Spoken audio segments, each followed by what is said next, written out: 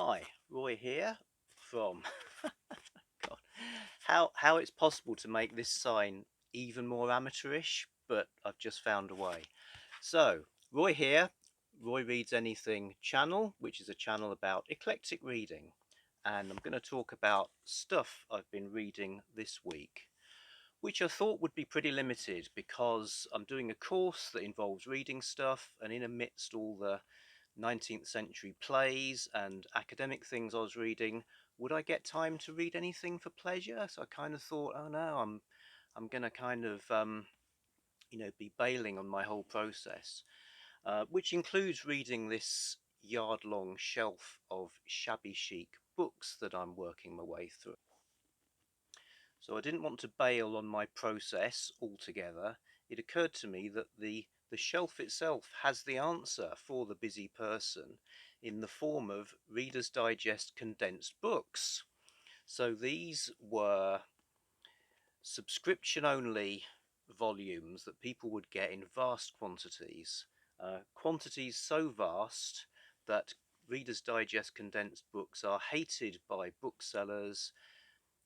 People asking for donations for, say, book sales sometimes say not Reader's Digest condensed books. Um, and they were around since the 1950s. This is from the late 70s and has got this fabulous sort of gilded optical art design.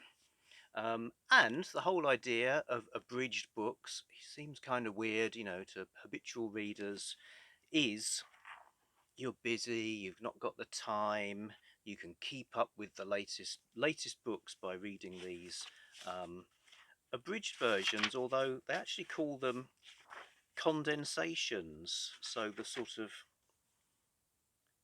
title title title pages inside the set, there's four books sort of compressed into this. Calls it a condensation of whatever the title was, which sounds like, when you boil something dry by accident in the kitchen and all that's left of it is condensation on the window. Kind of like that, although all they really do is take out some dialogue and descriptive passages. Anyway, yes, Reader's Digest condensed books, and I read the first book in this set is called The Master Mariner by Nicholas Montserrat. I was vaguely aware of this guy. His famous book is called The Cruel Sea. We had that at home, though I've never read it. And this, as the name implies, is a nautical tale as well. So what you get in condensed books is pictures. Tis good that they were giving illustrators some work, and apparently this was his life's work, two-part novel covering the whole proud history of British maritime achievement from the days of the first Queen Elizabeth to those of the second. And one ordinary man spans the ages, Matthew Law, West Country seaman, doomed by a witch's curse endlessly to circle the globe until he had expiated a terrible act of cowardice. So that actually almost made me want to read the full-length version. I quite like the idea of an immortal character. Um, and so, yeah, it's fine. It Because of his immortality and the fact that he can only do sailor stuff. This guy, Matthew Law, he's kind of there at lots of historical events. He's a sort of person who's kind of all round useful, likable, apart from his unfortunate cowardice problem. So he's there with Francis Drake, Admiral Hood, Nelson, etc. And you get accounts of some battles and stuff. Um, it's okay. The kind of godlike voice of the author can sort of make pronouncements about people and their fates. So it's a little bit telling rather than showing. But I enjoyed it well enough, and it was a good change from everything else. So I read that, going back in the shelf, and managed to read a few other things as well. I actually find, having thought I'll be so busy I won't have time to read, I kind of find when I am busy, it kind of seems to give me more time for like everything. So it's like the rising tide raises all the boats. Obviously, reading a maritime book has given me a nautical flair to things, but yeah, so you just having more energy, would read other stuff as well, including a Sexton Blake magazine. So this is a scan of the Union Jack 1 penny story paper that came out in the early part of the 20th century. I think this is from 1905. So Sexton Blake, the actor detective. So Sexton Blake, famous detective, lives in Baker Street. Might sound familiar. He's not that guy. In fact, the main difference between Sexton Blake and Sherlock Holmes is the Blakes are a bit more action orientated, and there are like thousands of them. So they were in these magazines. They were in early comics.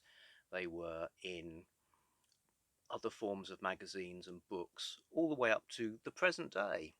And he's actually the same guy, which is cool. And maybe I'll do a whole piece about Sexton Blake. But one thing that happened in the early 20th century is he would often be found having some sort of job role. In this case, he becomes an actor in order to help solve a crime. But I've read one where he's a bookmaker. There's ones where he's on railways or in the navy or a beefeater. Uh, all sorts of cool stuff, and they're not the best Blakes. Probably the best Blakes are the getting towards the 1920s when he actually fights supervillains. There's a cast of really colourful baddies that he faces, but these ones are great. You got 60,000 words, 60,000 very tiny words, but read that and it is pretty awesome. And also on the pad, Commando comics. So Commando, it's a very, very long running, mainly war comic that's been going in the UK for again since I think the 1950s. So they're pretty small cover size, not dissimilar to this actual size if you went and bought one in your newsagent's shop. 64 black and white pages. Most of the stories are World War II or other theatres of war, but they did rebrand as it used to be war used to feature in the title. Now they're Commando for action and adventure, because sometimes it's like a spy story or whatever. And in recent times, they've kind of diversified. You get things like female characters, female writers, and at the moment they did spooky commandos. So in honor of the season, there's a whole all the titles have got some sort of vaguely supernatural or uncanny flavor to them. What you get is every 2 weeks 4 commandos come out. Two of them are reprints from sort of classic eras, and two of them are new stories. So ones I've read, Frightful Tales was a really good portmanteau story with guys sitting around telling each other stories. Obviously, those are ghost stories. You also have the Ghoul Squad 2. So they didn't used to have any serial characters at all, and now there are some that pop up, unpredictably, but characters that come back more than once. The Ghoul Squad is a group, sort of a military group who are specialising in monsters and supernatural things. The first story had a vampire in it, and now they're facing an abominable. They're facing an abominable snowman. Sorry about the abominable reflections, but there you go. That's what you get. Um, so I read a bunch of these in the still watches of the night.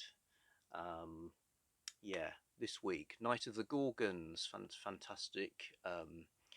You know, if your blood isn't stirred to some extent by a World War II plane facing a gigantic flying Gorgon, then I despair for you. Okay, so that's what I've been reading. Oh, I also read a short story, Green Tea, by J. Sheridan Le Fanu, but I'm going to do a whole video about that. In fact, that's what I'm going to do next. So, in order to do that, I will stop doing this. So I will say goodbye. Please, if you want to, click the like button, click the subscribe button, and I will return with other things with the greatest of ease. Okay, bye everybody.